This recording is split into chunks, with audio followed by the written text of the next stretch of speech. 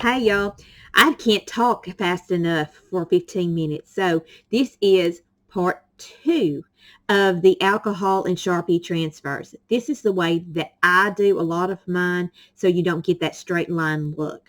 All right, so we're going to get right back into this. And in case you're just joining us, what we're using is Sharpies and alcohol to do this. And it's 91% alcohol. And our canvases um, are going to be, you'll see them. They're just canvases that you can find anywhere art supplies is sold. Now this has got the white side, the white here on this one. Let me see if it's all right. Yeah. So I'm going to switch it over here to this because I don't like to put on anything on that white because I'm afraid it'll come off. So now this is how I do mine.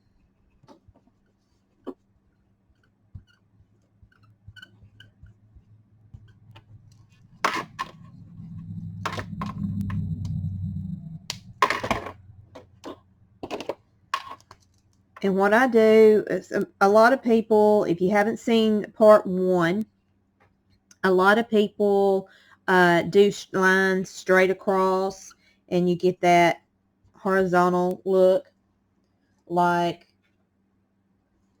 this one here. Okay.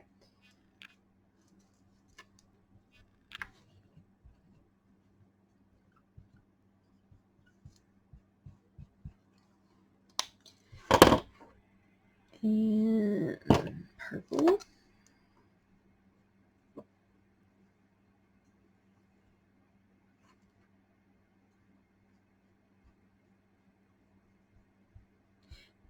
Now, it's not necessary that you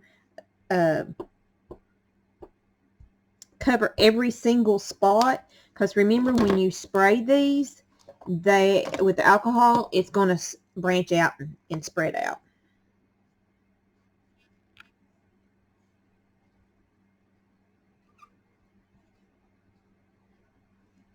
And what I like about this is every one of them is different, unusual, and it is a major kid-friendly project. Now, I wouldn't leave the kids with being with the alcohol, the 91% alcohol. You know, I would advise adult supervision. Put a little green in there. Green will have a tendency to go dark if you don't watch it, so don't put a whole lot if you want a more bright, vibrant.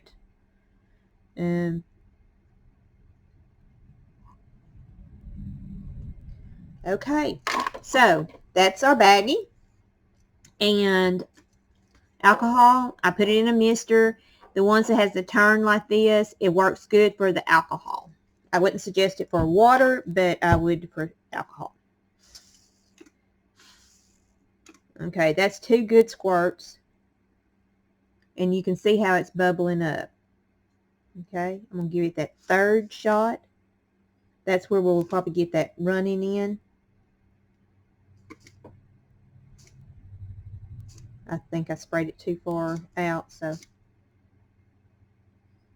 just spray a little bit, see how it is, see if you like it, see how it's all starting to swirl like right here, on here, there. Okay, so what I'm going to do is I'm going to actually take my canvas. This is a 5x7.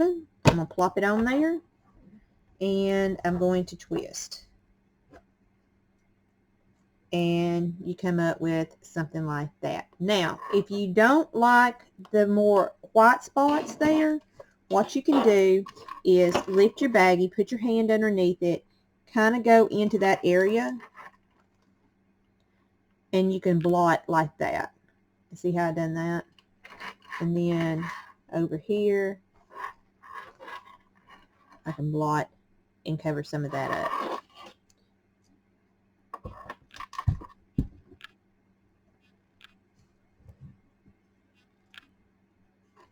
And I don't want to lose this right here. So I'm going to spray that.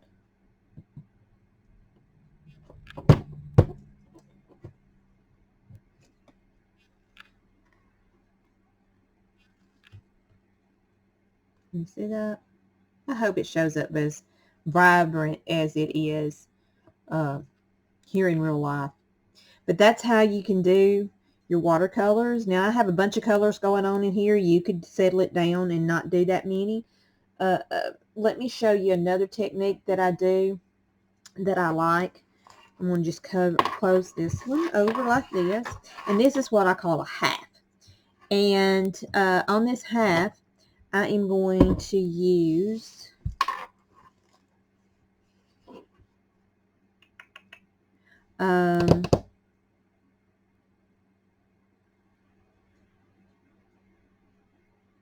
let's use, it's kind of fall, so let's use the orange and the green.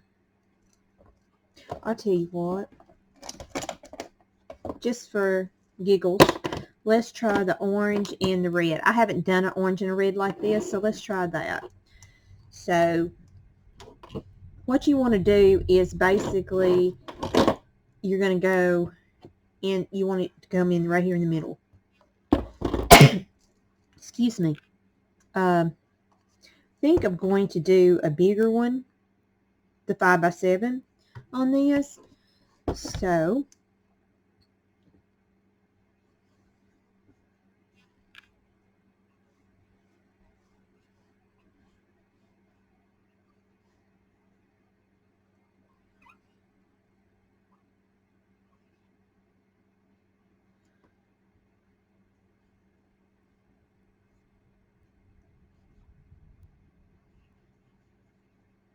I know you're thinking, what in the world?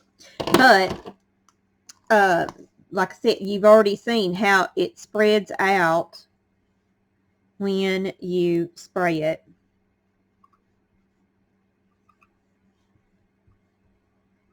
And this one here will probably be almost the same colors. It's just different hues. And like I said, it may not turn out, but that's what it's called, try and error.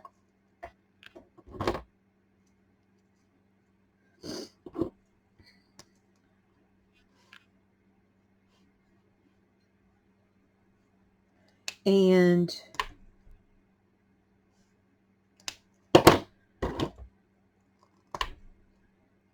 the thing is, you want it as a background. So if it does happen to blend in together, you still have that color for your background of whatever you're going to stencil on these.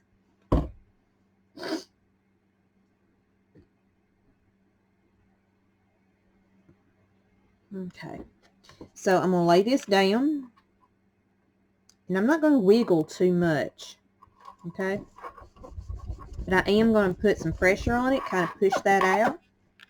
Now, this is a trick that I've also do, is if you'll hold it real tight and flip it over, you can kind of see where the colors are going, so you can kind of do out like that. Now, if you got other ink on there, it's kind of hard to tell, but anyways.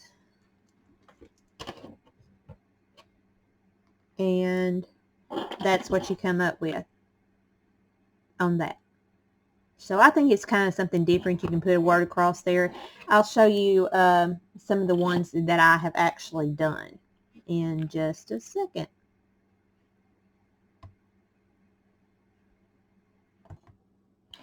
Okay, so we're back, and I have my other ones that I've done that I wanted to show you.